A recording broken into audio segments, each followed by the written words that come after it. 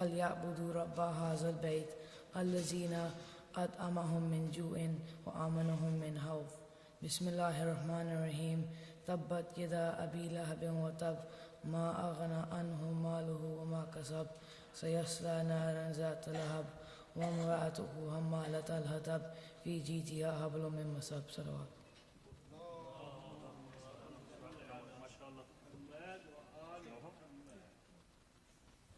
بار دیگر بلند صلوات.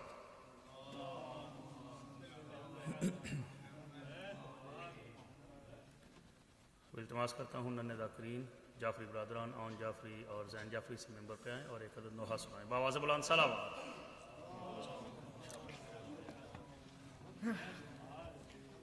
نعرہ تکبیر، نعرہ تکبیر، نعرہ رسالت، نعرہ رسالت، نعرہ حیدری، نعرہ حیدری، بلند تر صلوات.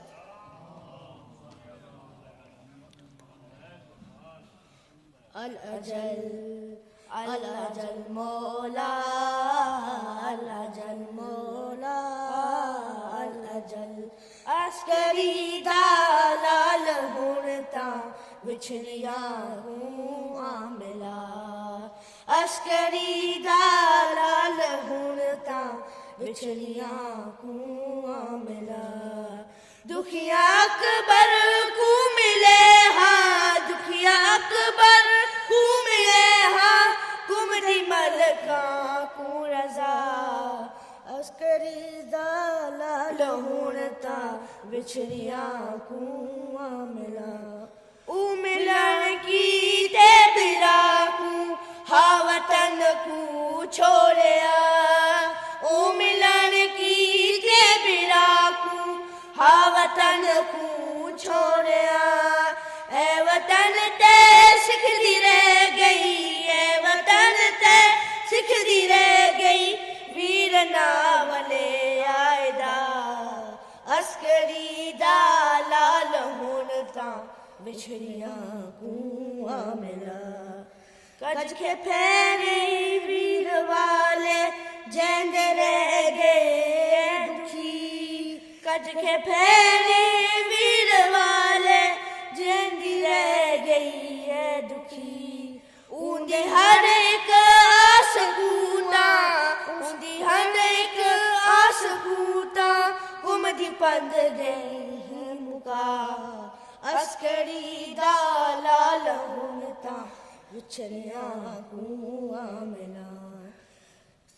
صدیاں تو ہن تیری ٹنگ اچ اجڑیاں دے سکھ مٹے، صدیاں تو ہن تیری ٹنگ اچ اجڑیاں دے سکھ مٹے.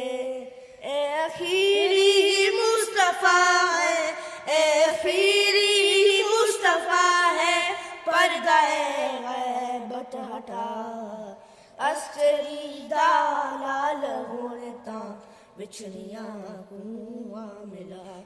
الاجل الاجل مولا، الاجل. سلام.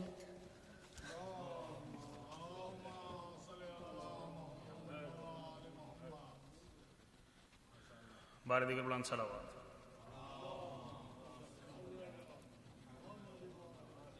اب التماس کرتے ہیں ننھے ذاکر اصغر جعفری سے ممبر پہ آئیں اور ایک عدد نوحہ سنائیں. بآواز بلند صلوات.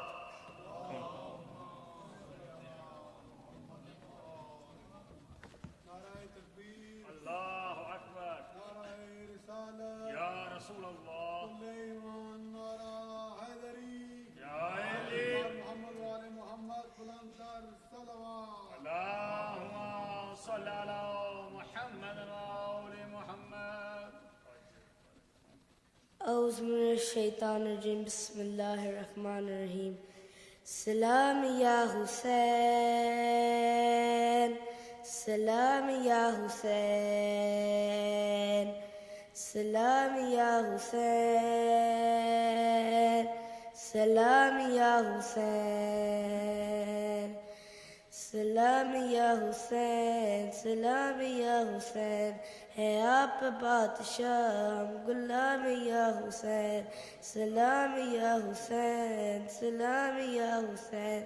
ہے آپ بادشاہ ہم غلام یا حسین نواز ہے رسول ہے حسین علی کے گھر کا پھول ہے حسین خدا کو بس وہی قبول ہے جسے قبول ہے حسین پلتے عقاب عقاب یا حسین سلام یا حسین سلام یا حسین سلام یا حسین سلام یا حسین ہے آپ بادشاہ ہم غلام یا حسین حسین دن میں رات میں حسین ہمارے بات بات میں حسین قدم قدم ہمارے ساتھ ہے ہمارے مشکلات میں حسین ہے ورد سب کے لب پہ صبح و شام یا حسین سلام یا حسین سلام یا حسین سلام یا حسین سلام یا حسین ہے آپ بادشاہ ہم غلام یا حسین محافظ نماز ہے حسین ازل سے بے نیاز ہے حسین یزید زیر خاک ہو گیا ابھی بھی سرفراز ہے حسین سنا پہ ہے خدا سے ہم غلام یا حسین سلام یا حسین سلام یا حسین سلام یا حسین سلام یا حسین ہے آپ بادشاہ ہم غلام یا حسین صلوات صلی علی محمد وآل محمد جزاک اللہ جزاک اللہ بار دیگر بلند صلوات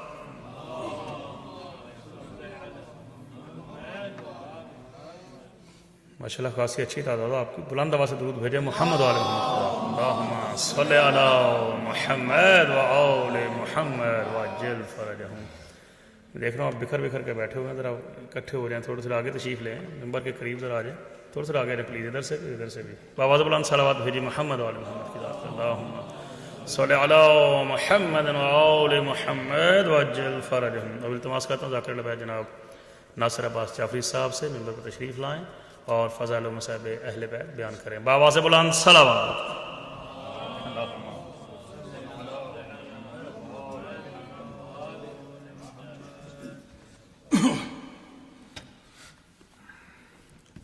صلوات دا پڑھنا قبلہ بڑا ثواب ہے سارے حضرات مل کے صلوات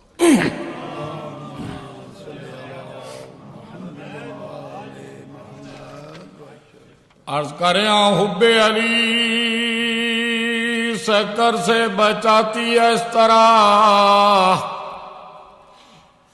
آندھی فلک سے بادل اڑاتی ہے جس طرح حب علی گناہوں کو کھاتی ہے اس طرح لکڑی کو آگ پل میں جلاتی ہے جس طرح پھر اس بشر کو کیا ہے رکاوٹ نجات میں او جس بشر کا ہاتھ ید اللہ کے ہاتھ میں صلوات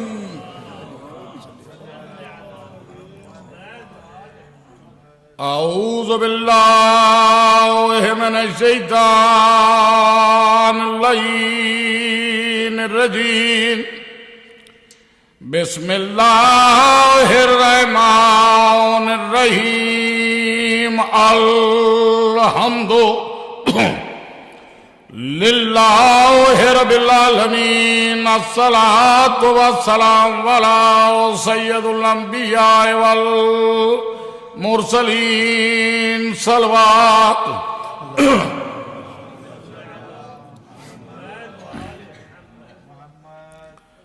ایک باری سارے حضرات سونے جی صلوات پڑھو میں مصدق شروع کر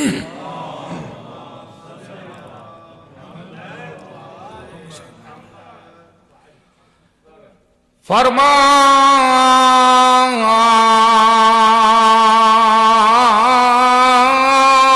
مصطفیٰ مصطفیٰ کا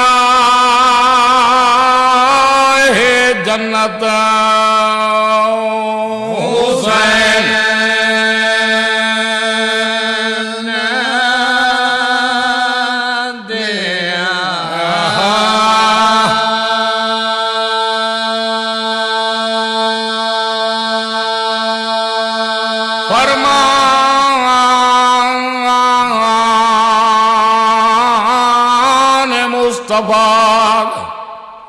مصطفیٰ دا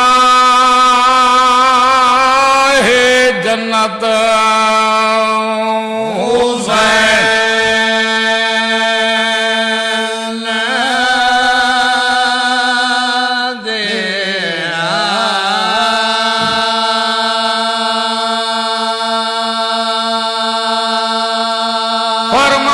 فرمان مصطفیٰ دا ہے جنت حسین دی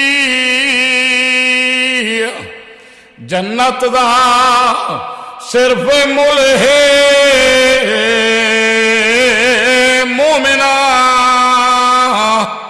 مومنہ محبت حسین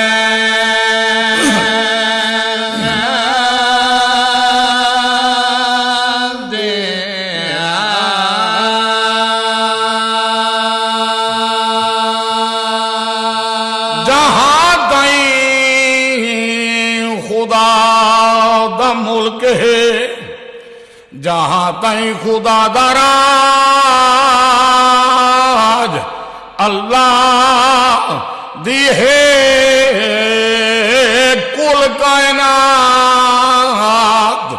کل کائنات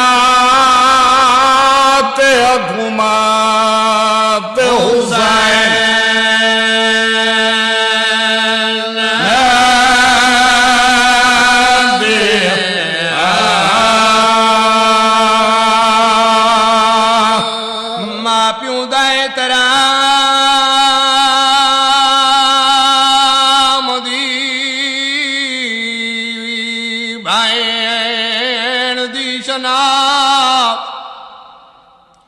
ہر غیرت مند من گیا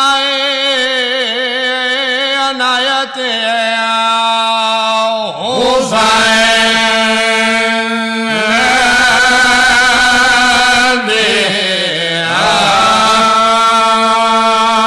حسین کو ڈر نہیں ڈردا کیوں ہے میں 18 ہاشمی جوان ٹر گئے میری اکھاں دا نور میرا اکبر زین تو لے گیا ہے میرے حسن ویر دی نشانی بچنا ٹر گیا ہے سیدہ دائے میری کمر دا زور مہدا ویر عباس زین تو لے گیا ہے تینڈا ہاتھ نپنا لا کوئی نہیں ڈردا کیوں ہے تو خنجر چلا چلا آخر کرے سیاد شرافت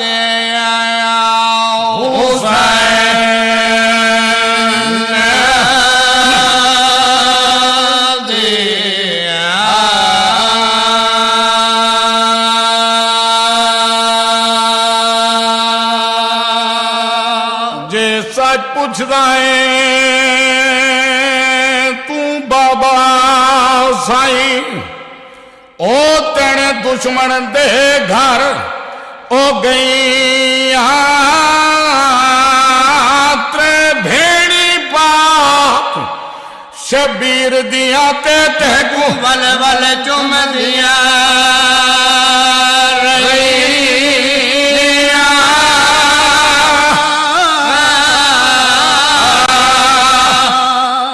ازادار میرے آقا امام مظلوم کدا بن پڑیا ہے. شب عاشور میرے آقا نے دشمن دے کولوں منگ کے لئی سرکار نے 3 حصیاں دے وچ تقسیم کیتی ہے. دوسرے پاسے شمر ملعون عمر بن سعد ملعون نے جرنیلاں دی میٹنگ گھٹی کیتی ہے. حضرت امام علی مقام دے نال جنگ کرنی ہے. اس مقام دے اتے عباس نو گھیرا پانا ہے. اے اپنیاں سلامہ پہ بنانے انہاں جرنیلاں دی میٹنگ دے وچ جناب حضرت ہور بن جدید ریاہی بیٹھے اور سمجھے جو ایتا امام مظلوم نو مہرن تے تل گئے. گھبرا کے جرنیلاں دی میٹنگ چ اٹھے اپنے گھر آیا ہے. جہاں ویلے گھر داخل ہون دے پہلے باہر کھڑوتے خیمے دے اندر دی دھی مانو داستان پہ سنیں دی ہے. جد شام نو میں سہیلیاں دے رلے مظلومہ دے خیمے گئیاں اماں حسین دیا بھیڑی میں کو ویر سڑے میں کو میرے بابے کو ویر سڑے دیا میں کو بطریاں سڑے دیا رہیاں.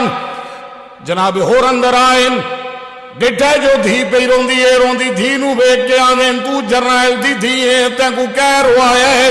دھی نے جڑی پیو دنال گل کیتی ہے اوہ جناب دے سامنے پہ آدھا جے سچ پوچھ دائیں تو بابا سائیں تے تینڈے دشمن دے گھر او گئی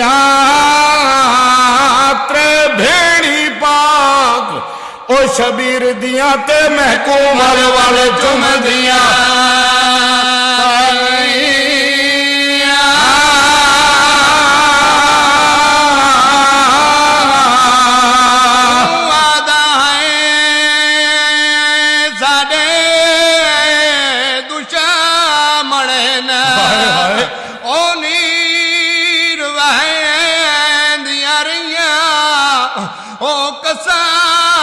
خدا دی حسین دیا بھائی تنگو ویر سڑے دیا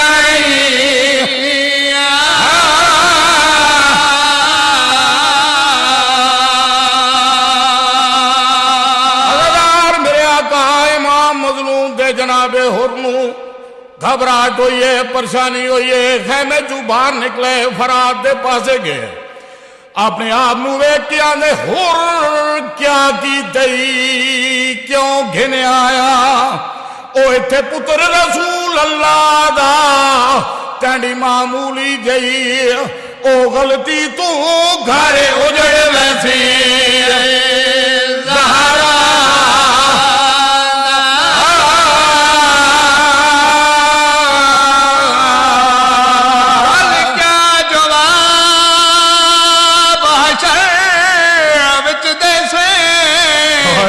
جو سوال تھی سی قربادا اٹھ معافی منگائنا غلطیاں دی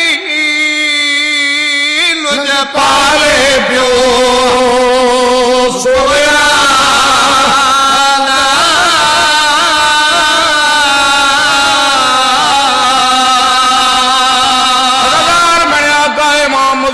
آخری وین پڑھنا عاشور دی صبح نماز فجر تو بعد جناب حضرت اور بن یزید رہائی اپنے پتر علی اکبر دے نال اپنے بھرا دے نال اپنے غلام دے نال حضرت امام علی مقام دے خیمے دے پاسے آئے نو تے میرے آقا امام مظلوم نے فجر دی نماز دے بعد فرمایا عباس بنو ہاشم دے شرع دے گنال گنواج میرا مہمان پہ آؤں دے. جناب حضرت ابو الفضل عباس مہمان دا خیر مقدم کیتے آئے. جناب حردی پہ یدید ہاتھوں میں بدے ہوئے.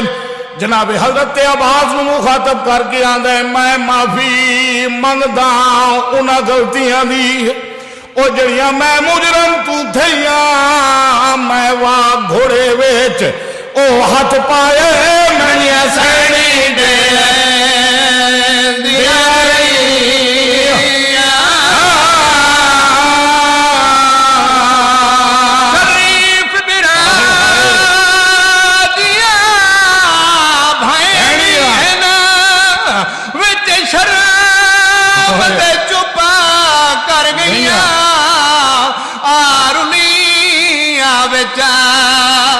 سیراباں دے جڑیاں کداں نہ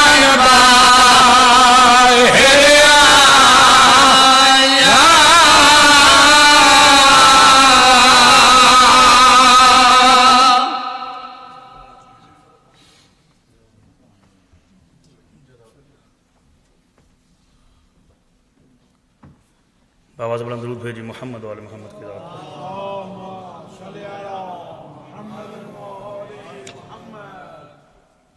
ایک دفعہ پھر بلند آواز سے یک زبان ہو کر درود بھیجے محمد وآل محمد کی ذات پر. صلی علی محمد وآل محمد.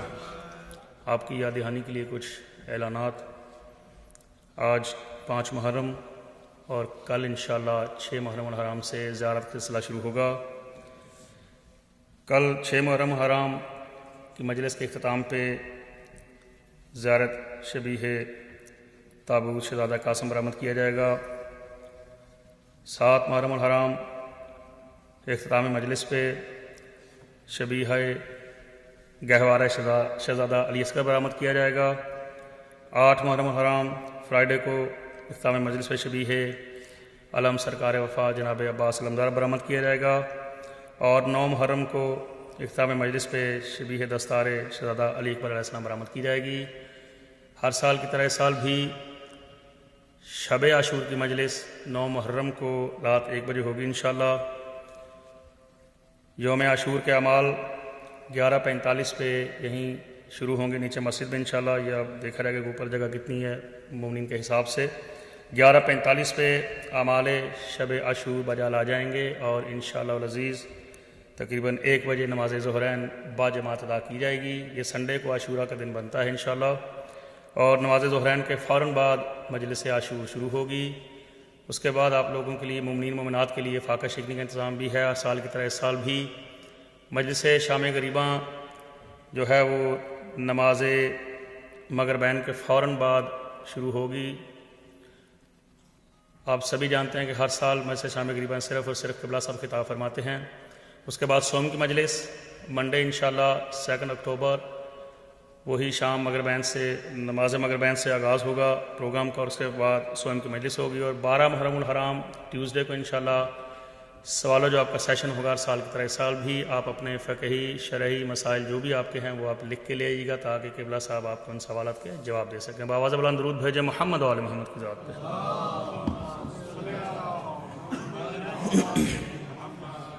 ایک ربائی صرف مولا علی کی شان کی کہ ہم جو علی علی کرتے ہیں مولا علی کب کب اور کیسے یاد آتے ہیں, کس کس کو یاد آتے ہیں. یہ لڑکھڑائی جو زبان نطق جلی یاد آیا, کوئی مشکل جو پڑی حق کا ولی یاد آیا, اور زندگی بھر تو بخن کہہ کے مکرنا سیکھا, موت جب سامنے آئی تو علی یاد آیا. درود بھیجے محمد وآل محمد کی ذات پر.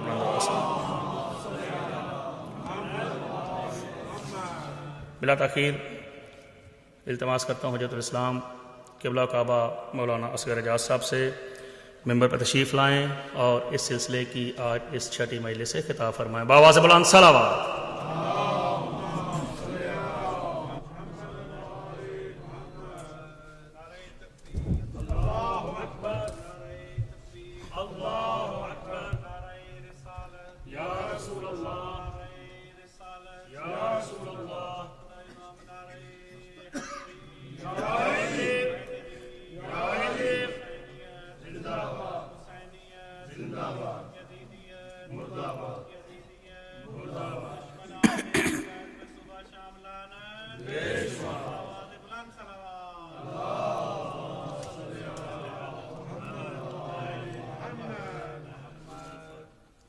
رحم اللہ من قرأ الفاتحہ.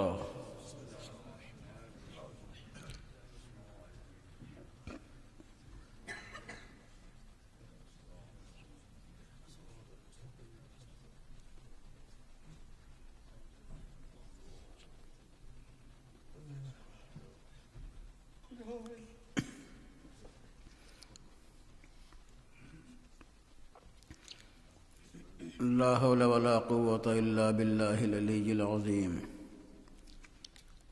أعوذ بالله من الشيطان اللعين اللئيم الرجيم. بسم الله الرحمن الرحيم. الحمد لله رب العالمين والصلاة والسلام على أشرف الأنبياء والمرسلين سيدنا ونبينا وحبيب قلوبنا وطبيب نفوسنا أبي القاسم المحمد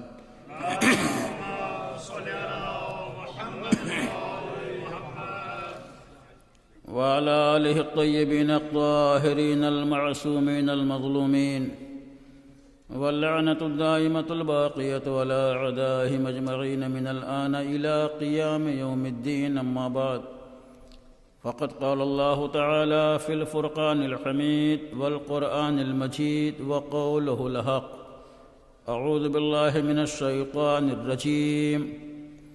يا أيها الذين آمنوا اتقوا الله وكونوا مع الصادقين.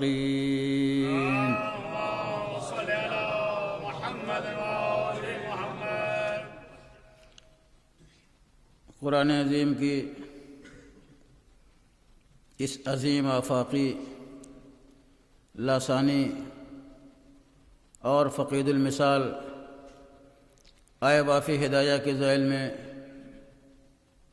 جس گفتگو کا آغاز ہوا تھا، وہ گفتگو آج اپنے چھٹے مرحلے کے اوپر ہے۔ خالق کائنات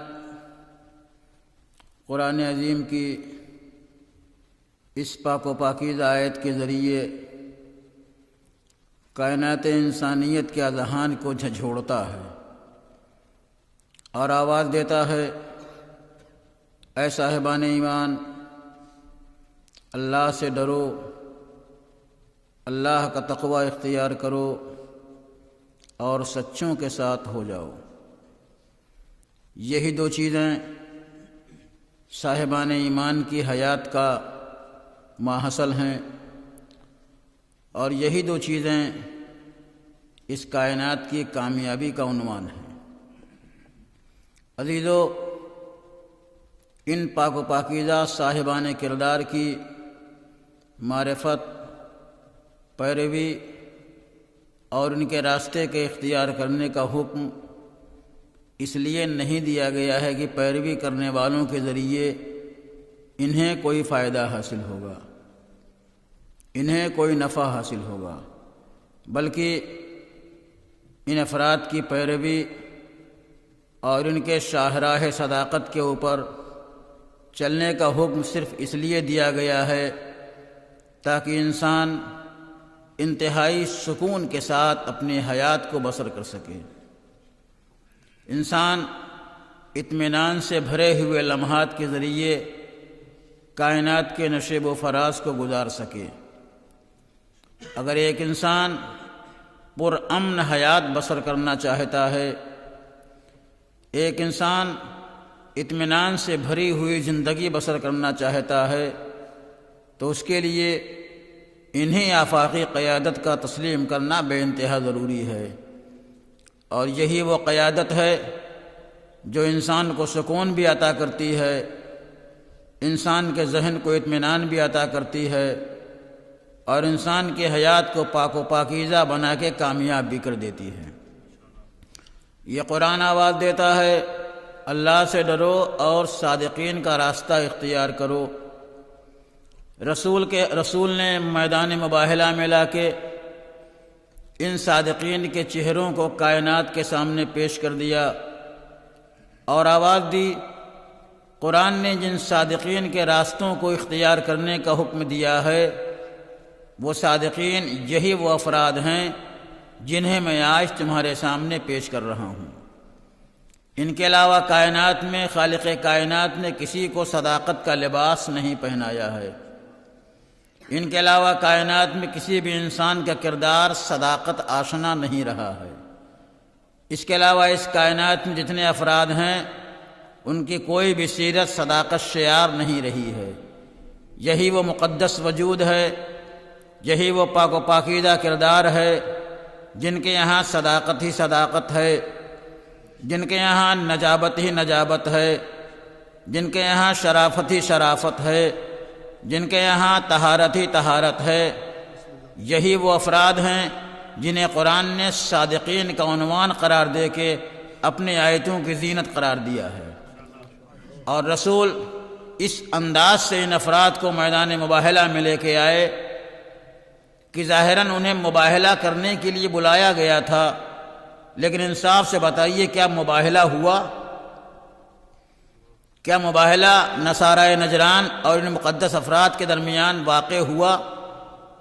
نہیں، جیسے ہی ان پاک و پاکیزہ چہروں کے اوپر نصارائے نجران کی نظر پڑتی ہے وہ فوراً آواز دیتے ہیں، ہم ایسے چہروں کو دیکھ رہے ہیں اگر وہ اشارہ کر دیں تو پہاڑ اپنی جگہ چھوڑ دے، اگر وہ اشارہ کر دیں تو پہاڑ لیزہ ریزہ ہو جائے۔ اور یہ بھی حقیقت ہے، جو وفد آیا تھا مباہلہ کرنے کے لیے وہ یہ طے کر کے آیا تھا کہ اگر رسول اپنے اصحاب کو لے کے آئیں، اگر رسول اپنے چاہنے والوں کو لے کے آئیں تو رسول سے مباہلہ ضرور کرنا، لیکن یاد رکھنا اگر رسول اپنے خون کے ذریعے سینچے ہوئے افراد کو لے کے آئیں، اگر رسول اہل بیت اطہار کو لے کے آئیں تو خبردار ان سے مباہلہ نہ کرنا۔ خدا کی قسم نہ جانے ان افراد کے چہروں میں کتنی جلالت تھی، جس کی جلالت انسان کو راہ راست کے اوپر لا سکتی ہے۔ وہ اگر زبان سے کوئی جملہ کہہ دے تو اس جملے کے اندر کتنا اثر ہوگا اس کا اندازہ دنیا نہیں کر سکتی۔ تو یہ ہے مباہلے کا میدان۔ رسول کتنے افراد کو لے کے آئے تھے؟ قرآن آواز دیتا ہے فَمَنْ حَاجَّكَ فِيهِ مِنْ بَعْدِ مَا جَاءَكَ مِنَ الْعِلْمِ فَقُلْ تَعَالَوْا نَدْعُ أَبْنَاءَنَا وَأَبْنَاءَكُمْ وَنِسَاءَنَا وَنِسَاءَكُمْ وَأَنفُسَنَا وَأَنفُسَكُمْ۔ تم اپنے بیٹوں کو لاؤ، ہم اپنے بیٹوں کو لائیں، تم اپنی عورتوں کو لاؤ، ہم اپنی عورتوں کو لاتے ہیں، تم اپنے نفسوں کو لاؤ، ہم اپنے نفسوں کو لاتے ہیں اور مباہلہ کرتے ہیں۔ یہاں تک کل آپ کے سامنے پیش کر چکا ہوں، لیکن اب یہاں سے آگے ایک جملہ کہنا چاہتا ہوں۔ آیت کا آخری فقرہ ہے فَنَجْعَلْ لَعْنَتَ اللَّهِ عَلَى الْكَاذِبِينَ، ہم جھوٹوں کے اوپر اللہ کی لعنت کریں۔ یہ کوئی معمولی جملہ نہیں ہے، یہ قرآن کائنات انسانیت کو پیغام دے رہا ہے، اے دنیا والو دشمنان خدا سے بیزاری ضروری ہے، دشمنان اہل بیت سے نفرت کا اظہار ضروری ہے، اور یہ نفرت کا اظہار وہ پاکیزہ عمل ہے جس عمل کو فقط بندے انجام نہیں دیتے، خدا بھی انجام دے رہا ہے۔ کل ایمان نعرہ حیدری۔ اور اس بیداری کا جو عمل ہے اس کی عظمت دو لفظوں میں اور واضح کرنا چاہتا ہوں۔ نماز کائنات میں ہر انسان کے اوپر اللہ نے نماز کا حکم دیا، لیکن اللہ خود نماز نہیں پڑھتا، بندے نماز پڑھتے ہیں۔ اللہ نے روزے کا حکم دیا، وہ خود روزہ نہیں رکھتا بلکہ بندے روزہ رکھتے ہیں۔ اللہ نے جتنے احکامات کی ہم کو تعلیم دی وہ تمام احکامات اللہ انجام نہیں دیتا بلکہ بندے انجام دیتے ہیں، لیکن نہ جانے دشمنان اہل بیت سے بیزاری کرنا، دشمنان اہل بیت سے نفرت کا اظہار کرنا، اہل بیت اطہار کے دشمنے کے اوپر لعنت کرنا کتنا مقدس عمل ہے، کتنا پاک و پاکیزہ عمل ہے کہ یہ عمل فقط بندے نہیں کرتے، بندوں کے ساتھ اللہ بھی کرتا ہے۔ اور یاد رکھیے اگر کسی کام میں کوئی کمزوری ہوتی ہے تو اس کام کو بند کمرے میں انجام دیتا ہے انسان تاکہ کوئی انسان اس کے اوپر اعتراض نہ کر سکے، لیکن یہ مباہلے کے میدان میں لعنت اتنا پاکیزہ عمل تھا کہ رسول نے اسے بند کمرے میں انجام نہیں دیا اور بلکہ اپنے پورے گھر کو لے کے میدان تک آ گئے، اور میدان تک فقط نہیں آئے، بچوں کو بھی لے کے آئے ہیں، عورت کو بھی لے کے آئے ہیں، اپنے وجود کو بھی لے کے آئے ہیں، علی کو بھی لے کے آئے ہیں، تاکہ دنیا کو اندازہ ہو جائے جو خدا کا دشمن ہوتا ہے، جو اہل بیت کا دشمن ہوتا ہے، اس پہ چھپ کے بیزاری کا اظہار نہیں ہوتا، علل اعلان اس سے بیزاری کا اظہار ہمارے ایمان کی پہچان ہوا کرتا ہے۔ ایک صلوات بھیج دیں بر محمد۔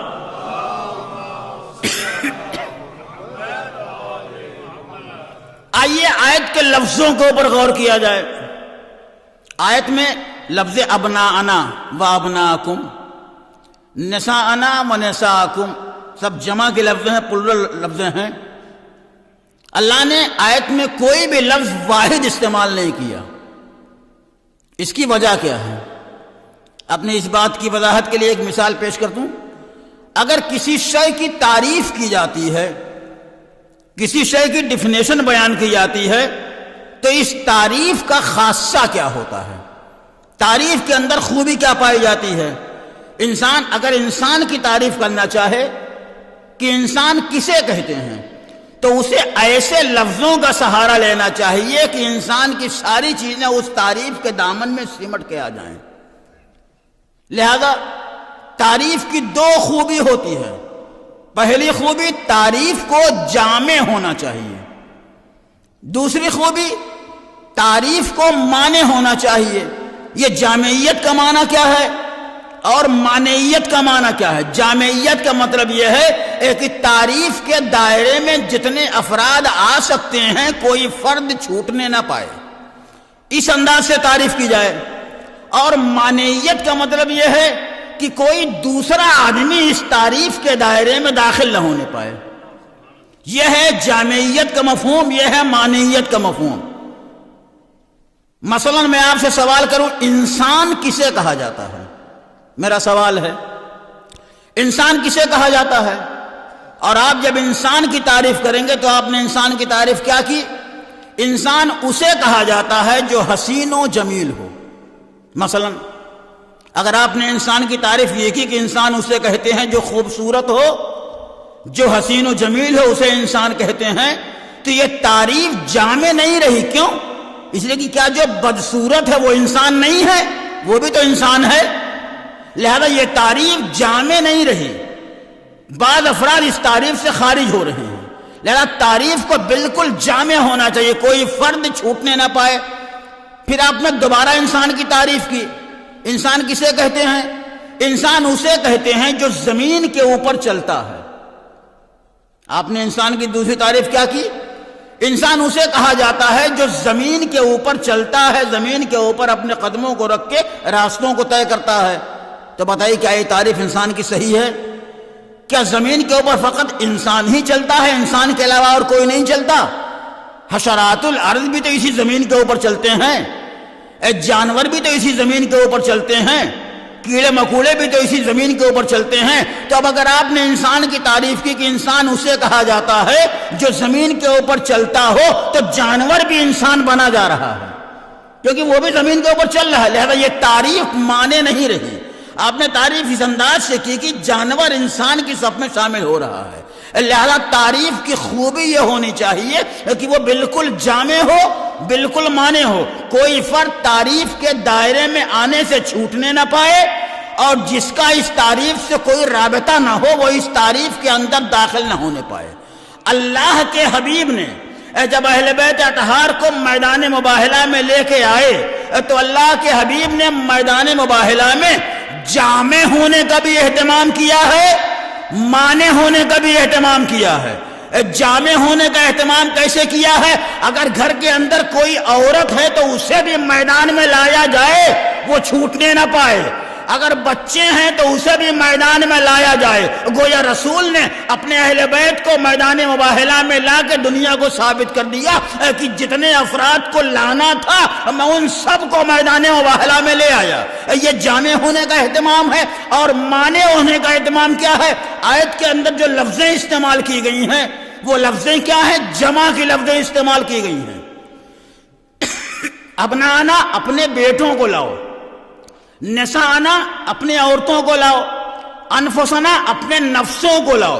قرآن کہہ رہا ہے ایک بیٹے کو لے کے نہیں آنا ہے، قرآن کہہ رہا ہے ایک عورت کو لے کے نہیں آنا ہے، قرآن کہہ رہا ہے ایک نفس کو لے کے نہیں آنا، بلکہ قرآن کہہ رہا ہے بیٹوں کو لے کے آؤ، عورتوں کو لے کے آؤ، نفسوں کو لے کے آؤ۔ وجہ کیا ہے؟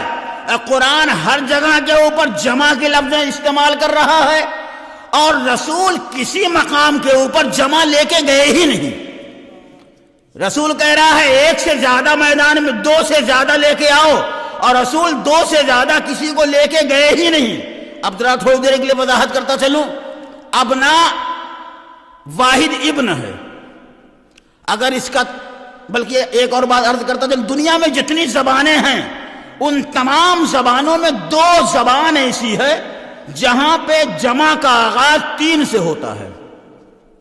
ایک عربی زبان ہے، دوسرے سنسکرت زبان ہے۔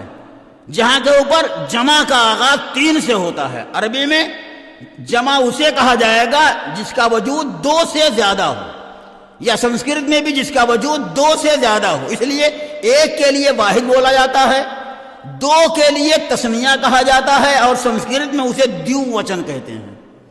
اور 2 سے زیادہ جب ہوگا تو اسے کہا جاتا ہے جمع.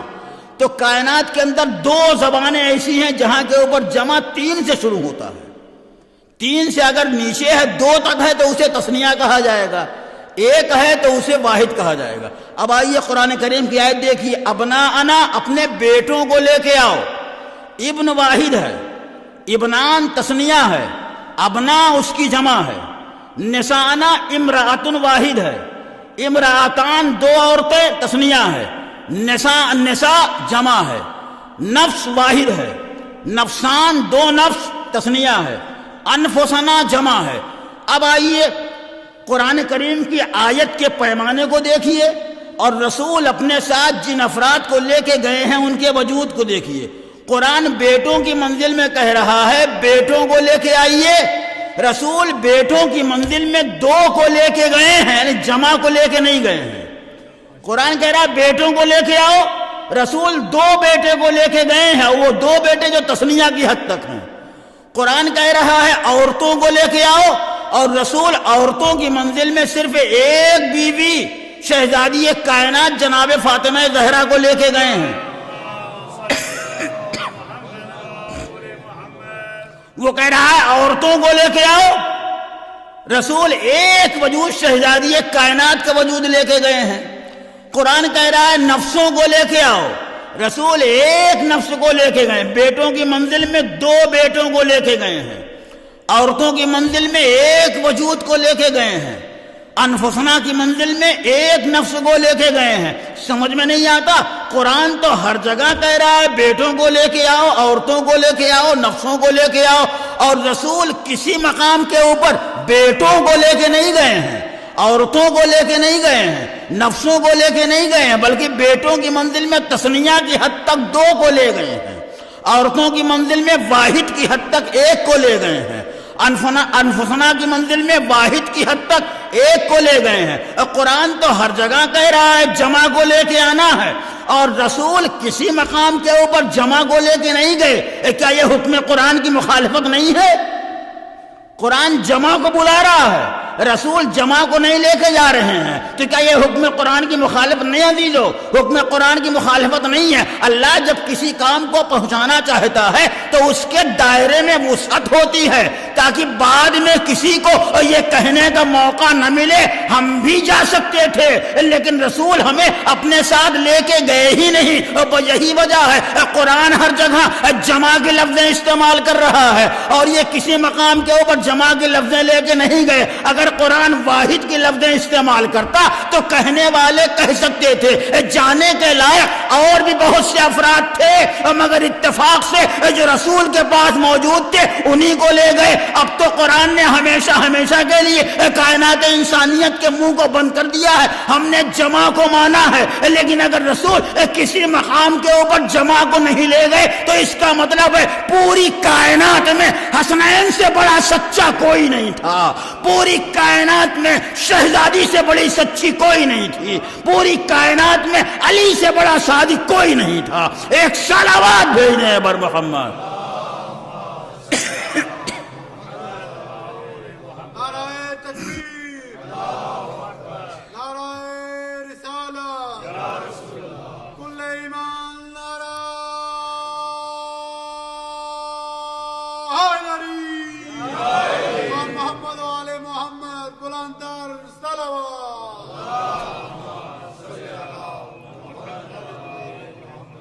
آیت کے دائرے میں وسعت ہے، آیت کے دائرے میں بہت وسعت ہے، بڑا وسیع دائرہ ہے، لیکن کیا کیجئے گا یہ ظرف وجود کی کوتاہی تھی کہ ان مقدس افراد کے علاوہ کائنات میں کوئی سچا تھا ہی نہیں. اگر ان کے علاوہ کوئی اور سچا ہوتا تو رسول اسے بھی لے کے گئے ہوتے. لیکن اب اس کے بعد ایک اور لفظ ہے، آئیے، ابناءنا و ابناکم و نساءنا و نساءکم. ایک لفظ ہے بنت. بنت کے معنی بیٹی، اگر 2 بیٹیاں ہوں تو بنتان کہا جائے گا، اگر 2 سے زیادہ ہوں تو بنات کہا جائے گا، بیٹیاں۔ مگر قرآن نے بنات کی لفظ نہیں استعمال کی ہے، قرآن نے نساءنا کہا ہے۔ قرآن نے یہ نہیں کہا ہے ابنانا و ابناکم و بناتنا بناتکم، بلکہ قرآن نے کیا کہا ہے؟ انفسنا و انفسکم۔ قرآن نے نساء کی لفظ کا تذکرہ کیا ہے، قرآن نے بنات کی لفظ کا تذکرہ نہیں کیا ہے۔ نساء کا مطلب کیا ہے، بنات کا مطلب کیا ہے؟ عزیزو دونوں لفظ عورتوں کے لیے استعمال ہوتا ہے، مگر ذرا سا بنیادی فرق ہے۔ بنت بیٹی یہ رشتے کی عکاسی کرتی ہے، بنت کی جو لفظ ہے یہ رشتے کی نمائندہ ہے، یہ کائنات میں رشتہ بیان کرتی ہے۔ لیکن نساء کی جو لفظ ہے وہ رشتے کی نمائندہ نہیں ہے، وہ پوری صنف نسواں کی نمائندہ ہے۔ اگر قرآن بناتنا کہہ دیتا تو رسول کے اوپر ضروری تھا کہ اگر ایک کے علاوہ اور کوئی بیٹی تھی تو اسے بھی لے جانا چاہیے تھا، لیکن قرآن نے ہمیشہ ہمیشہ کے لیے اس چیز کے اوپر مہر تصدیق ثبت کر دی ہے کہ میں نے آیت میں نساءنا کی لفظ رکھی ہے، بناتنا کی لفظ نہیں رکھی ہے۔ نساءنا پوری صنف نسوانیت کی نمائندگی کرتی ہے، بنات لفظ رشتے کی نمائندہ ہے۔ اگر بنات کہہ دیتا تو نبی کے دوسرے رشتے کی عورتیں وہ بھی دعویٰ کر سکتی تھی ہم بھی میدان مباہلہ میں جانے کے لائق تھے، ہم بھی میدان مباہلہ میں جانے کے لائق تھے۔ لیکن کیا کیجئے گا، قرآن نے بناتنا نہیں کہا ہے بلکہ قرآن نے نساءنا کہا ہے، اور آواز دی ہے۔ قیامت تک کے لیے تمام انسانوں کے ذہنوں کے اوپر پابندی لگا دی ہے، پوری صنف نسوانیت میں کوئی فاطمہ سے بہتر تھا ہی نہیں۔ اگر فاطمہ سے بہتر ہوتا تو رسول ضرور اسے لے کے گئے ہوتے۔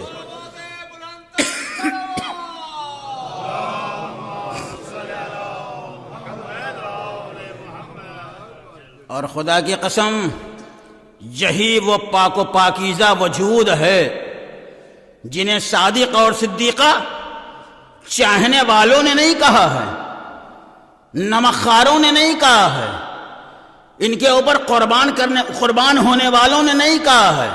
علی کو اگر صدیق کہا گیا ہے، شہزادی کو اگر صدیقہ کہا گیا ہے تو یہ ان کے چاہنے والوں نے، محبت کرنے والوں نے ان کو لقب اور خطابات نہیں دیے ہیں، بلکہ کس نے خطاب دیا ہے؟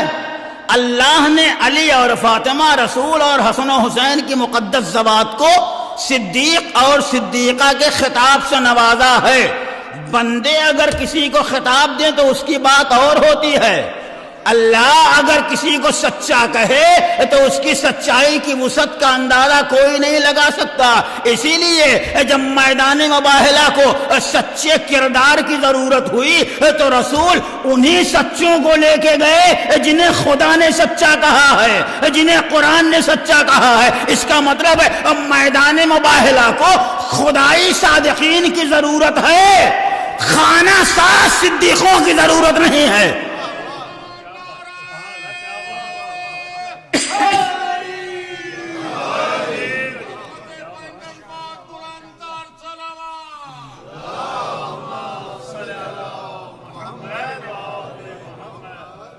یہاں خدائی سچوں کی ضرورت ہے، انسانوں کے ذریعے بنائے ہوئے سچوں کی احتجاج میدان مباہلہ کو ہرگز نہیں ہے۔ یہ ہے صداقت کا معیار۔ اور خدا کی قسم یہ جو 5 صداقتوں کے چہرے رسول نے دکھلائے ہیں، ان 5 صداقتوں کے چہرے میں جو درمیانی صداقت کا چہرہ ہے، جس کا رسالت نے بھی حصار کر رکھا ہے، جس کا امامت نے بھی حصار کر رکھا ہے، یہی نہیں بلکہ جس کی آغوش عصمت میں 9 صداقتوں کے چہرے اور آنے والے ہیں، جس نے اپنی آغوش میں صداقتوں کے کردار کو پروان چڑھایا ہو، جس نے اپنی آغوش میں صداقت کی آبرو بچائی ہو، جس نے اپنی آغوش میں صداقت کو تربیت دے کے جوان بنایا ہو، اس کی سچائی کا اعتراف دنیا اگر کر لے تو یہ دنیا بھی انسان کے لیے حسین ہو جائے گی اور آخرت بھی حسین ہو جائے گی۔ اسی لیے انسان اگر معصومین کو پہچاننا چاہتا ہے تو معصومین کے پہچاننے سے پہلے بی بی کا پہچاننا ضروری ہے۔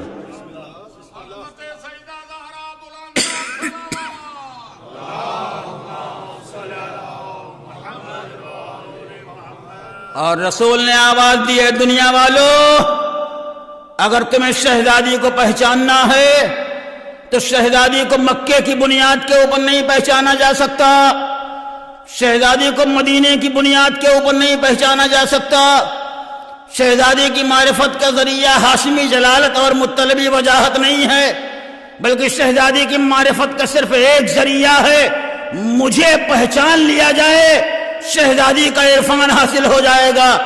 جو میری معرفت کے بغیر شہزادی کو پہچاننا چاہتا ہے اسے نہ نبوت کا ادراک ہے نہ عصمت کا ادراک ہے۔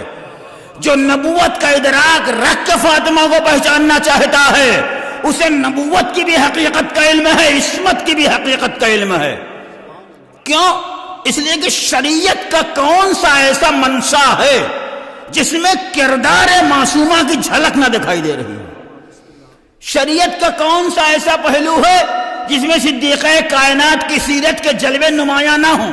یہ صحیح ہے، رسول سرچشمہ رحمت بن کے آئے تھے، رسول رحمت للعالمین بن کے آئے تھے، رسول بنائے کائنات بن کے آئے تھے، رسول کے ذمہ اللہ نے بہت سے فرائض رکھے تھے، رسول نے اپنے تمام فرائض کی اس کائنات میں آنے کے بعد تکمیل بھی کر دی، رسول نے قیامت کا یقین بھی دلوں کے اندر پیدا کر دیا، رسول نے امامت کا انتصاب بھی غدیر خم کا میدان میں کر دیا، رسول نے نبوت کی حقیقتوں سے اس کائنات کو باخبر کر دیا۔ لیکن یاد رکھیں میرے دوستو اور عزیزو، جب عمل کی منزل آتی ہے تو عمل کی منزل میں رسول کا بڑھتا ہوا کردار بڑھتے بڑھتے ایک منزل پہ ٹھہر جاتا ہے اور اس سے آگے نہیں بڑھتا۔ تو اس کا مطلب کیا رسول کے کردار میں کوئی نقص ہے؟ کیا رسول کے کردار میں خاتم بدہن کوئی برائی ہے؟ جب عمل کی منزل آتی ہے تو رسول جو ساری کائنات کے لیے رحمت بن کے آئے ہیں، عمل کی منزل میں کردار رسول بڑھتے بڑھتے ٹھہر جاتا ہے اور اس سے آگے نہیں بڑھتا۔ رسول پوری صنف بشریت کے رسول ہیں، رسول پوری کائنات کے رسول ہیں، ایک عالم کے نہیں عالمین کے رسول ہیں۔ جیسے اللہ عالمین کا پروردگار ہے، میرا رسول عالمین کا رسول ہے، پوری صنف بشریت کا رسول ہے، نبی ہے۔ لیکن عمل کے میدان میں رسول ایک منزل کے اوپر ٹھہر جاتے ہیں، اور وہ عملی منزل کیا ہے؟ رسول مردوں جیسی نماز پڑھ کے دکھا سکتے ہیں، عورتوں جیسی نماز پڑھ کے رسول نہیں دکھا سکتے۔ یہی عمل کا وہ میزان ہے جہاں رسول کا کردار ٹھہر جاتا ہے۔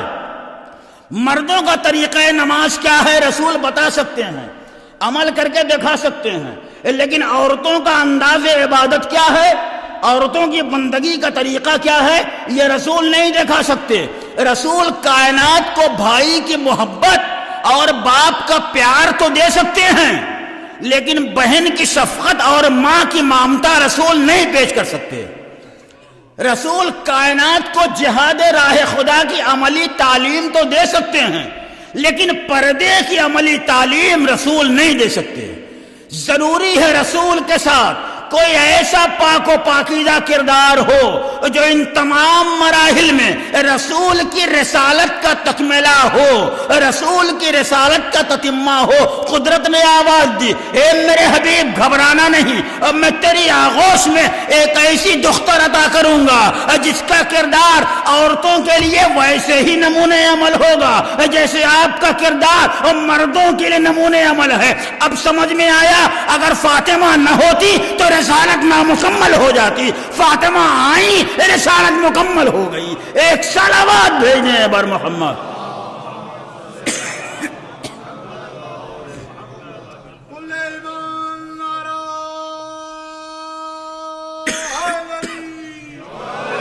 حضرت شہزادی کونین بلند تر صلوات۔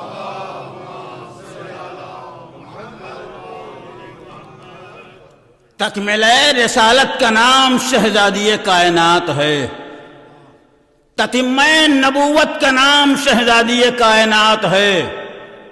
جیسے مریم کی تبلیغ زہرا کی تبلیغ کے بغیر نامکمل تھی، جیسے عیسیٰ کی تبلیغ رسول کی تبلیغ کے بغیر نامکمل تھی، ویسے ہی میرے نبی کی رسالت فاطمہ کے وجود کے بغیر نامکمل تھی. اسی لیے رسول نے فرمایا فاطمہ میرا پارے جگر ہے، فاطمہ میرے وجود کا ایک حصہ ہے، فاطمہ میرے جسم کا ایک ٹکڑا ہے، فاطمہ میرا ایک جز ہے. جز کسے کہتے ہیں؟ جز کسے کہا جاتا ہے؟ جز اسے کہا جاتا ہے اگر اسے کل سے نکال لیا جائے تو کل ناقص ہو جاتا ہے. جز کسے کہتے ہیں؟ جز کو اگر کل سے نکال لیا جائے تو کل ناقص ہو جاتا ہے، لیکن اسی جز کو اسی کل میں ملا دیا جائے تو کل مکمل ہو جاتا ہے. اسی لیے فاطمہ کے وجود کو تکملہ رسالت کا نام دیا گیا ہے. اگر فاطمہ نہ ہوتی تو کردار رسالت کائنات کے لیے ناتمام رہ جاتا. یہ فاطمہ کا وجود تھا جنہوں نے کردار رسالت کو ابدیت اور اکملیت عطا کی ہے. یہ ہے شہزادی کا مقدس وجود، یہ ہے بی بی کے کائنات کی وہ جھلکیاں جو ہماری سیرت کو روشن کرنے کے لیے کافی ہیں. منزل ہدایت میں عزیزو کتنے انبیاء آئے؟ 1,24,000 انبیاء منزل ہدایت میں آئے، اور انبیاء کے بعد 12 امام منزل ہدایت میں آئے.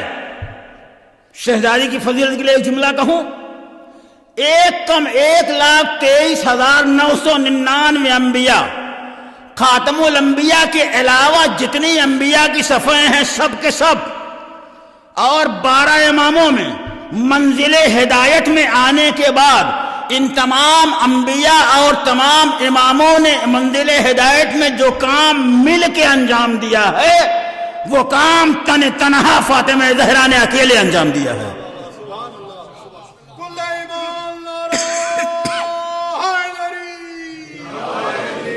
ایک طرف انبیاء کی عظمتیں ہیں، انبیاء کی ہدایتیں ہیں ایک پلے کے اوپر، اور دوسرے پلے کے اوپر فاطمہ کی تنہا ہدایت ہے. لیکن اس کے باوجود انبیاء کی ہدایتیں فاطمہ کی ہدایت کے مقابل تلنے کی حیثیت نہیں رکھتی. کیوں؟ فاطمہ وجود کائنات کا نام ہے. فاطمہ اس کائنات کو تخلیق کا ذریعہ اگر فاطمہ نہ ہوتی تو کائنات ہوتی ہی نہ. یہ فاطمہ کے وجود کا صدقہ ہے جو آج ہم سانس لے رہے ہیں. آج جو ہم زندہ ہیں اسی وجود کی کرشمہ سازیاں ہیں جو ہمارے جسم کے اندر سانس کی آمد و شد جاری ہے. یہ ان کا کرم ہے، یہ ان کی عنایت ہے. ایک عورت کی حیات کے 3 حصے ہوتے ہیں: بیٹی ہونے کا حصہ زمانہ، بیوی ہونے کا زمانہ، ماں ہونے کا زمانہ. شہزادی نے اپنے کردار کے ذریعے ہر شعبہ حیات میں سیرت کا اعلیٰ نمونہ پیش کیا. اگر بیٹی ہونے کے اعتبار سے کردار کو دیکھا جائے، اگر زوجہ ہونے کے اعتبار سے کردار کو دیکھا جائے، اگر ماں ہونے کے اعتبار سے کردار کو دیکھا جائے، تو ہر شعبہ حیات میں اس سچے کردار نے ایک بہترین نمونہ پیش کیا. بیٹی ہونے کے اعتبار سے جو نمونہ پیش کیا اس کی کائنات میں کوئی نظیر نہیں. زوجہ ہونے کے اعتبار سے جو کردار کا مظاہرہ کیا اس کی کوئی مثال نہیں. ماں ہونے کے اعتبار سے جس کردار کا مظاہرہ کیا اس کی کوئی نظیر نہیں. یہ تینوں دور رسول کی ہر حدیث سے وابستہ ہے. بیٹی ہونے کا دور، بیٹی کو حدیث کی روشنی میں کیا کہا جاتا ہے؟ بیٹی کو حدیث کی روشنی میں رحمت کہا جاتا ہے. یعنی حدیث کی روشنی میں بیٹی کو باپ کے لیے رحمت کہا گیا ہے. زوجہ کو حدیث کی روشنی میں کیا کہا جاتا ہے؟ حدیث پیش کروں: من تزوج فقد احرز نصف دینہ فلیتق اللہ فی النصف الاخر. جس نے ازدواج کیا اس نے اپنے آدھے دین کو محفوظ کر لیا. اب اسے اپنے آدھے دین کی حفاظت کرنی چاہیے. تو بیٹی کو حدیث کی روشنی میں رحمت کہا گیا، زوجہ کو حدیث کی روشنی میں آدھا ایمان کہا گیا.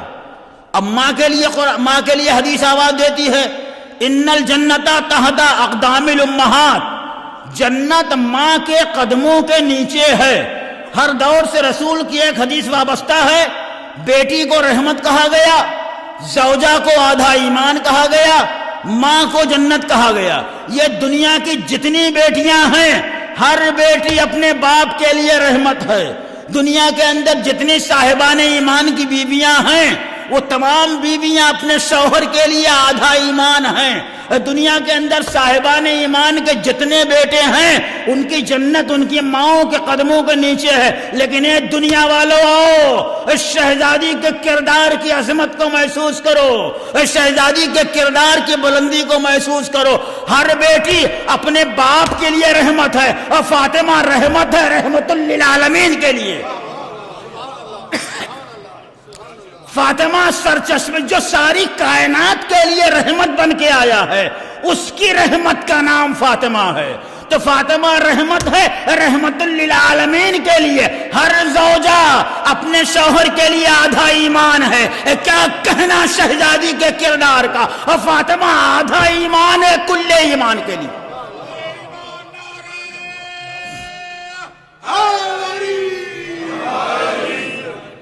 آدھا ایمان ہے کل ایمان کے لیے۔ ہر بیٹوں کی جنت اس کی ماں کے قدموں کے نیچے ہے۔ لیکن کیا کہنا شہزادی کائنات کے کردار کا، جو کائنات کو جنتیں بانٹتا ہے اس کی جنت فاطمہ کے دامن میں موجود ہے۔ ایک صلوات بھیج دیں بر محمد۔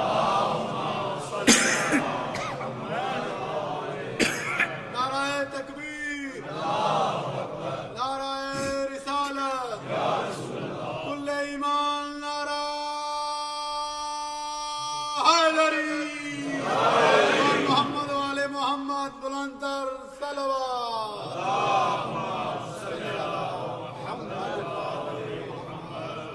عزیزو، یہ وہ صداقت کا کردار ہے، یہ وہ سچائی کا کردار ہے جسے رسول نے ایسا ڈھالا کہ رہتی دنیا تک کائنات اس کردار کی تمثیل لانے سے عاجز ہے۔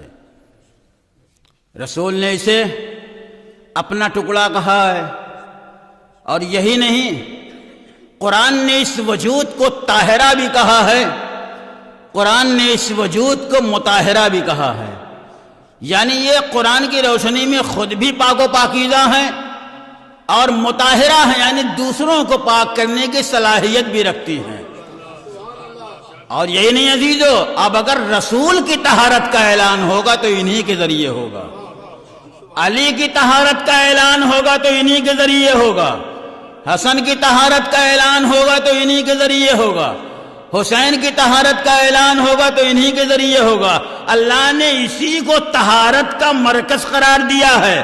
مرکز سے جتنے خطوط نکلتے ہیں سارے خطوط عصمت نما ہوتے ہیں۔ اس مرکز سے جتنے خطوط نکلے ہیں ان میں اگر نظر ڈالیے تو کوئی کائنات کا عقدہ کشا ہے، کوئی کائنات کا علمبردار ہے، کوئی شریعت کو بچانے والا ہے، کوئی انسانیت کو بچانے والا ہے، کوئی اقدار کو بچانے والا ہے، کوئی قرآن کا محافظ ہے، کوئی قرآن کا وارث ہے۔ جتنے خطوط ہیں وہ سارے خطوط عصمتوں کے سانچے میں ڈھلے ہوئے ہیں۔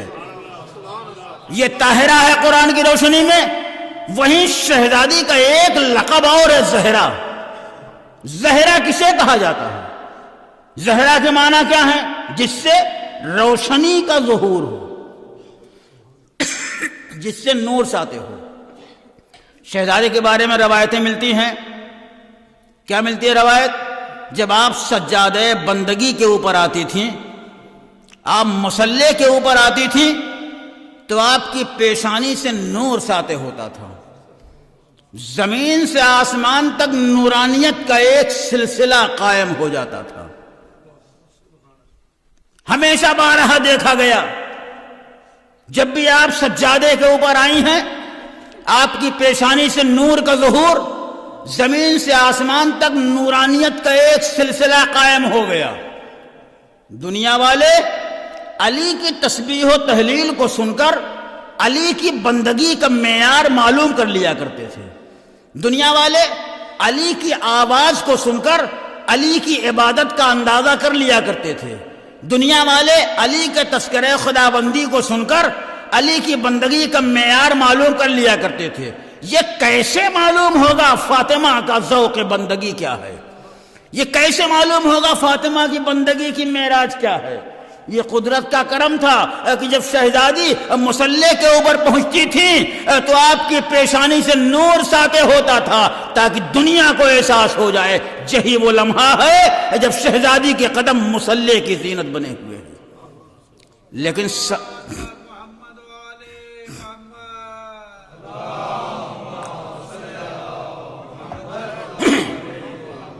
ایک اس سے بلندر صلوات بھیجے آپ حضرات۔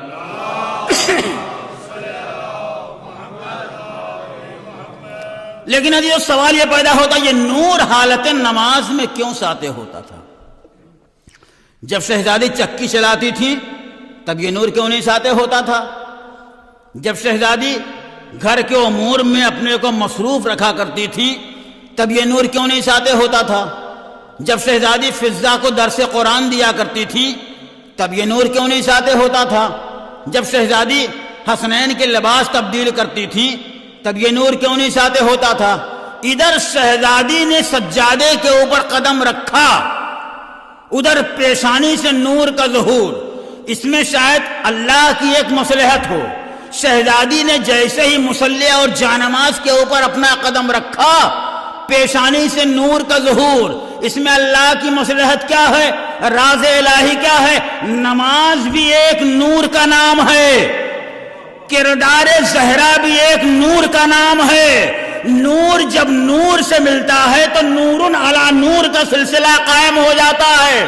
لہذا مجھے کہنے دیجئے جب مصلی کے اوپر نور زہرا نور نماز سے ملا تو ایسی نورانیت پیدا ہوئی کہ زمین سے آسمان تک نور ہی نور کا سلسلہ قائم ہو گیا، اور یہی نور زہرا جب ہمیشہ ہمیشہ کے لیے نور علی سے ملا تو ایسی نورانیت پیدا ہوئی کہ آج نور مجسم پردہ غیب میں ہے، شمعیں اہل ایمان کے دلوں تک پہنچ رہی ہیں۔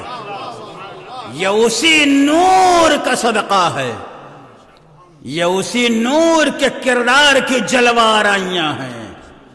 یہ ہے بی بی کا مقدس کردار۔ اور خدا کی قسم صداقت کے حوالے سے ایک بات، اور آپ مجھ سے بہتر جانتے، سب آپ کو معلوم ہے، لیکن ایک بات بیان کرنا چاہتا ہوں۔ عید کا روز آیا تھا، حسنین نے نئے لباس کا مطالبہ کیا۔ انصاف سے بتائیے کیا واقعی لباس درزی کے یہاں سلنے کو گئے تھے؟ نہیں گئے تھے، بالکل مسلم حقیقت۔ لیکن جیسے ہی شہزادوں نے آ کے آواز دی، ماں کل عید کا دن ہے، مدینے کے بچے نئے لباس پہنیں گے، ہمارے لباس کا کوئی اہتمام نہیں ہے۔ شہزادی کی زبان سے جو جملہ نکلا، قدرت نے اس جملے کی آبرو رکھ لی۔ آواز دی، بچوں گھبراؤ نہیں، تمہارے لباس درزی کے یہاں گئے ہیں۔ یہی تو شہزادی نے کہا تھا، خدا کی قسم اب جنت کو درزی خانہ بنایا جائے یہ ممکن ہے، رضوان جنت کو درزی بننا پڑے یہ ممکن ہے، لیکن شہزادی کی بات کی تصدیق نہ ہو یہ ممکن نہیں ہے۔ جو اللہ کی راہ میں اپنے وجود کو لٹا دیتا ہے، اللہ اس کی زبان کی آبرو رکھ لیتا ہے۔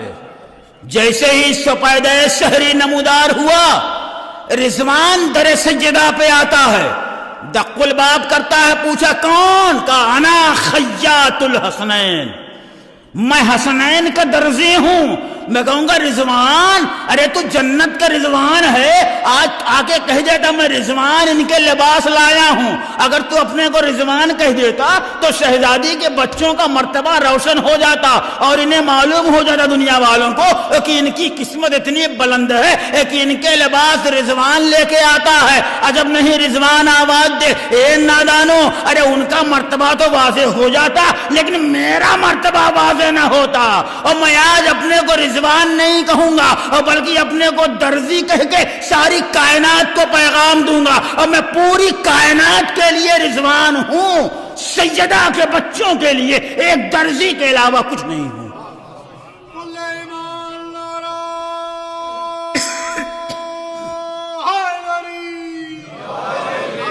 جناب سیدہ بلند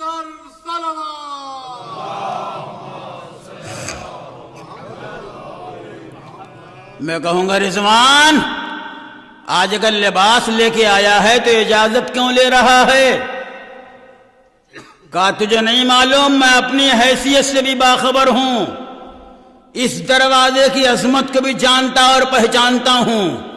کیا تجھے نہیں معلوم یہ سیدہ نساء عالمین کی دہلیز ہے، یہ سردار جوانان جنت کی دہلیز ہے، یہ سرور کائنات کی دہلیز ہے۔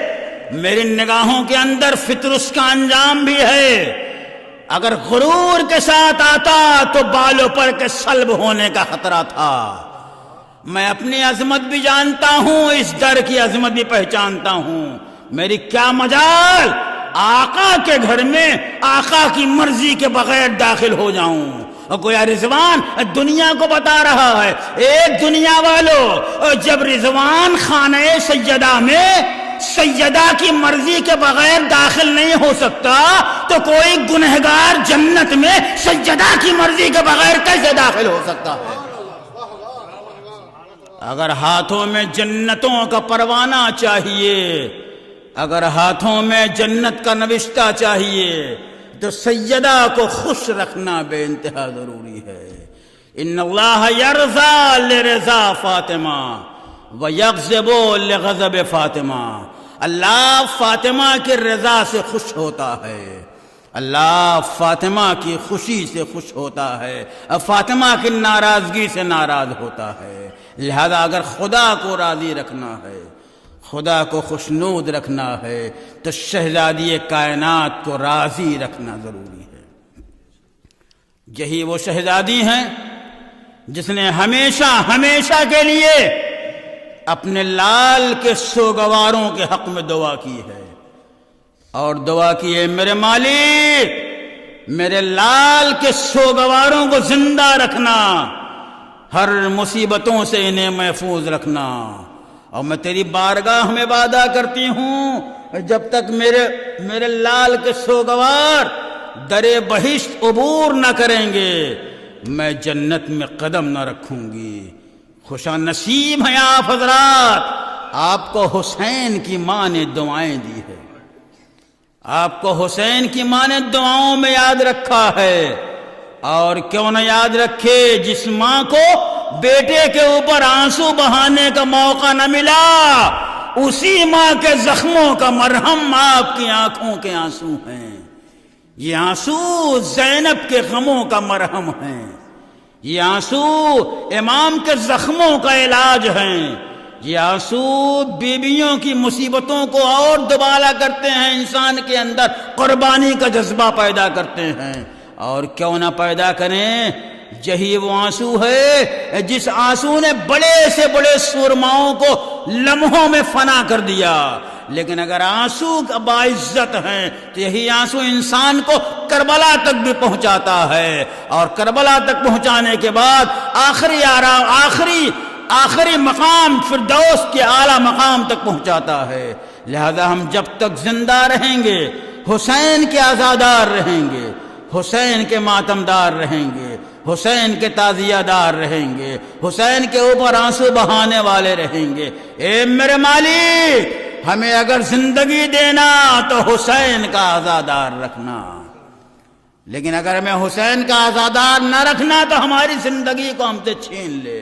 ہمیں صرف کائنات میں عزاداری چاہیے، لیکن وہ عزاداری جو اللہ کی معرفت کے ساتھ ہو، احکامات الہی کی تعمیل کے ساتھ ہو۔ ایک طرف اللہ کی معرفت ہو، دوسری طرف حسین کی محبت ہو، سونے پہ سہاگا جیسی کیفیت ہے۔ عبادت کے ساتھ اگر عزاداری کے اصول کے اوپر عمل کی جائے تو عبادت بھی کامیاب ہے، عزاداری بھی کامیاب ہے۔ حسین نے اسی عبادت کو حیات عطا کرنے کے لیے اپنے وجود کو قربان کیا تھا، اور نہ صرف یہ کہ اپنے وجود کو قربان کیا تھا، اپنے پورے بھرے گھر کو قربان کیا تھا۔ کیا آپ نے کبھی غور کیا حسین کربلا کے میدان میں کیسے پاک و پاکیزہ افراد کو لے کے آئے تھے؟ تصور کیجئے، کوئی مدبر قرآن ہے، کوئی عالم قرآن ہے، کوئی سرچشمہ قرآن ہے، کوئی معلم قرآن ہے، کوئی مدرس قرآن ہے، کوئی نشانی مسلم ہے، کوئی وقار حمزہ و جعفر ہے، کوئی شبیہ پیغمبر ہے، اتنی عظیم ہستیوں کو حسین کربلا کے میدان میں کیوں لے کے آئے ہیں؟ تاکہ دنیا کو اندازہ ہو جائے اسلام کے اوپر بڑا برا وقت آ گیا ہے، جبھی اتنے پاک و پاکیزہ افراد میدان جہاد میں آ گئے ہیں۔ لیکن تاریخ بتاتی ہے جب حسین 2 محرم کو کربلا پہنچ چکے تو روز کوئی نہ کوئی فوج چلی آ رہی تھی، روزانہ کوئی نہ کوئی فوج آ رہی ہے، لیکن تاریخ کہتی ہے ایک دفعہ زینب نے اپنے بھیا حسین کو بلایا، آواز دی بھیا ہم جب سے یہاں آئے ہیں روز سنتے ہیں آج فلاں رسالہ آیا ہے، آج فلاں فوج آئی ہے، آج ابن زیاد کا لشکر آیا ہے، آج عمر سعد کا لشکر آیا ہے، آج خولی کا لشکر آیا ہے، آج فلاں کا لشکر آیا ہے۔ اے بھیا اگر ممکن ہو تو آپ بھی اپنے کسی دوست کو بلا لیجئے۔ بس زینب نے مشورہ دیا، حسین نے خط لکھا کس کے نام؟ اپنے بچپن کے دوست حبیب ابن مظاہر کے نام، اور اس انداز سے لکھا من الحسین الغریب الی الرجل الفقیر۔ ارے یہ خط ہے حسین غریب کی طرف سے مرد فقیر کے نام۔ آج ہی کی تاریخ تھی جب حبیب کربلا کی سرزمین کے اوپر وارد ہوئے، 5ویں محرم کی تاریخ تھی جب حبیب کے قدم کربلا کی سرزمین کے اوپر پہنچے ہیں، لیکن تاریخ بتاتی ہے حسین نے خط لکھا، قاصد کو بلایا، آواز دی ہے میرے نامہ پر اس خط کو لے جا حبیب تک پہنچا دے۔ نامہ پر خط لے کے چلا۔ حبیب کہاں کے رہنے والے؟ کوفے کے رہنے والے۔ کوفے میں پہنچا، حبیب کے دہلیز پہ پہنچا، دق الباب کیا، آواز دی من انت علی ھذا الباب، ارے اس دروازے کے اوپر من علی ھذا الباب، اس دروازے کے اوپر کون ہے؟ آواز دی انا برید الحسین، میں حسین کا نامہ بر ہوں، میں حسین کا قاصد ہوں۔ اور جیسی حبیب نے دروازہ کھولا، حسین کا خط لیا، سر پہ رکھا، آنکھوں سے لگایا، بوسا دیا۔ اب جو اسے کھولا تو لکھا تھا اے میرے حبیب، ارے تم تو جانتے ہو مجھے رسول سے کیا قرابت ہے، اے میرے بچپنے کے دوست ہم نرغے آدھا میں گھر گئے ہیں، اگر ہو سکے تو ہماری امداد کو آ جاؤ۔ حبیب نے خط لیا، ارے سہنے خانہ کے اندر آئے، بی بی نے آگے بڑھ کے پوچھا حبیب کس کا خط ہے؟ کہا فرزند رسول کا خط ہے۔ کہا کیا لکھا ہے؟ کہا اپنی مدد کے لیے بلایا ہے۔ کہا پھر کیا ارادہ ہے؟ کہا میں سوچتا ہوں اگر میں مدد کے لیے چلا جاؤں گا تو کوفے کے حالات ناسازگار ہیں، بڑا پراشوب زمانہ ہے، تیرا پرسان حال کون ہوگا؟ اب یہ سننا تھا، اب بیوی کو جلال آ گیا، آواز دی اے حبیب فرزند رسول نصرت کو بلائے اور تجھے میرا خیال ستا رہا ہے، لو میری چادر اوڑھ کے تم گھر میں بیٹھو، میں حسین کی نصرت کو جاؤں گی۔ آواز دی نہیں مومنہ نہیں، یہ ممکن نہیں کہ حسین بلائیں اور میں نے جاؤں، میں تو چاہتا تھا حسین کی نصرت میں تمہارا ایمان بھی ظاہر ہو جائے۔ حبیب آمادہ ہوئے، غلام کو قریب بلایا، آواز دی میرے غلام یہ میرا گھوڑا لے کے بیرون شہر جا، میرا انتظار کر، کوفے کے حالات بڑے پراشوب ہیں، میں بچتا بچاتا وہاں پہنچوں گا۔ روایت کا بیان ہے حبیب کا غلام وہ گھوڑا لے کے بیرون شہر گیا۔ ادھر حبیب کو پہنچنے میں تاخیر ہو گئی، جب حبیب پہنچے تو کیا دیکھا؟ گھوڑے کی آنکھوں سے آنسو جاری ہیں اور غلام مالک کے گھوڑے سے کہہ رہا ہے اے میرے مالک کے وفادار گھوڑے، اگر میرا آقا نہ آیا تو میں تجھ پہ سوار ہو کے حسین کی نصرت کو کروں گا۔ ارے جیسے ہی حبیب نے سنا سر و سینہ پیٹ لیا، آواز دی ہائے حسین کی قربات، غلام تک حسین کی مدد کرنے کو تیار ہے۔ اب ایک دفعہ حبیب گھوڑے پہ سوار ہوئے، آواز دی میرے غلام جا تجھے میں نے آزاد کر دیا، لیکن غلام نے آگے بڑھ کے پاؤں پکڑ لیے، کہا اے میرے آقا آپ نے خوب انصاف کیا، ارے جب تک اپنی خدمت کا مرحلہ تھا اپنے ساتھ رکھا، اب جب فرزند رسول کی خدمت کا مرحلہ آیا تو ہمیں جدا کر رہے ہو۔ ادھر حبیب چلے، ادھر حسین اپنی فوج کے درمیان پرچم تقسیم کر رہے تھے، اے زہیل لو یہ تمہارا پرچم ہے، عباس لو یہ تمہارا پرچم ہے، مسلم لو یہ تمہارا پرچم ہے، ابن اسدہ لو یہ تمہارا پرچم ہے، اکبر لو یہ تمہارا پرچم ہے، قاسم لو یہ تمہارا پرچم ہے. لیکن تاریخ نے لکھا حسین نے ایک پرچم کو اٹھایا اور علیحدہ رکھ دیا اور آواز دی اس پرچم کا لینے والا آیا ہی چاہتا ہے. اب کوفے کی طرف سے گرد اٹھی، حسین نے آواز دی اے میرے چاہنے والے اٹھو، وہ میرے بچپن کا دوست حبیب آ رہا ہے. چاہنے والے آگے بڑھے، حبیب کا استقبال کیا.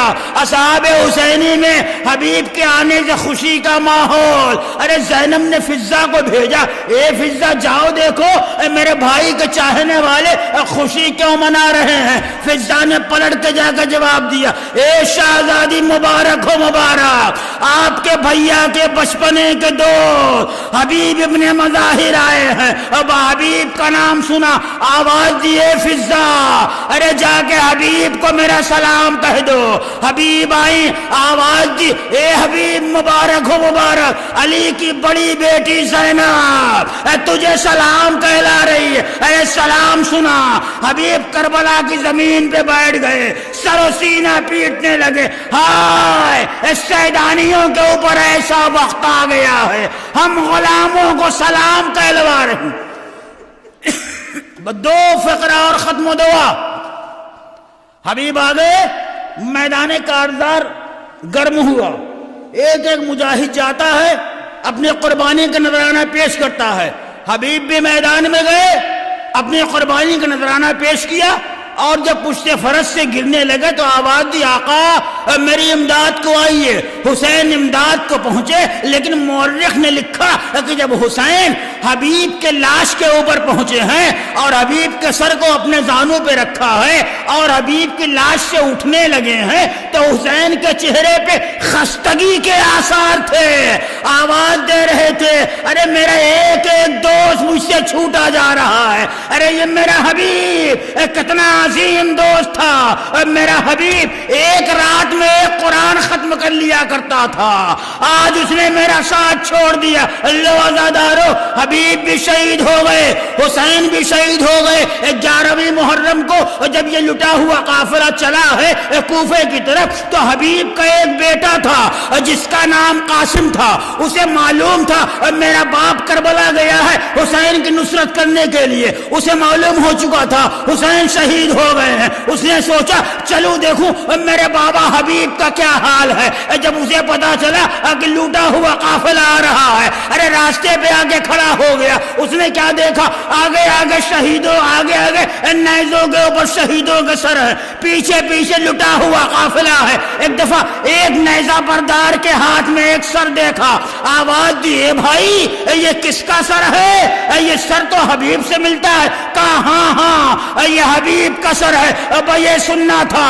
اس نے تلوار نکالی اور دشمن کے اوپر حملہ کر دیا. اور میں کہوں گا اے قاسم، ارے تم نے اپنے باپ حبیب کا سر قاتل کی گود میں دیکھنا برداشت نہ کر سکے، قاتل کے ہاتھ میں دیکھنا برداشت نہ کر سکے. جی عابد بیمار کا کلیجہ تھا. کربلا سے کوفہ، کوفے سے شام، آگے آگے نیزوں میں شہیدوں کے ساتھ، پیچھے پیچھے لٹا ہوا قافلہ. یہ زین العبا کا کلیجہ تھا. باپ کے سر کو دیکھتا رہا. انا للہ و انا الیہ راجعون. رضا بقضائہ و تسلیما لامرہ. ربنا تقبل منا انک انت السمیع العلیم. ماتم حسین.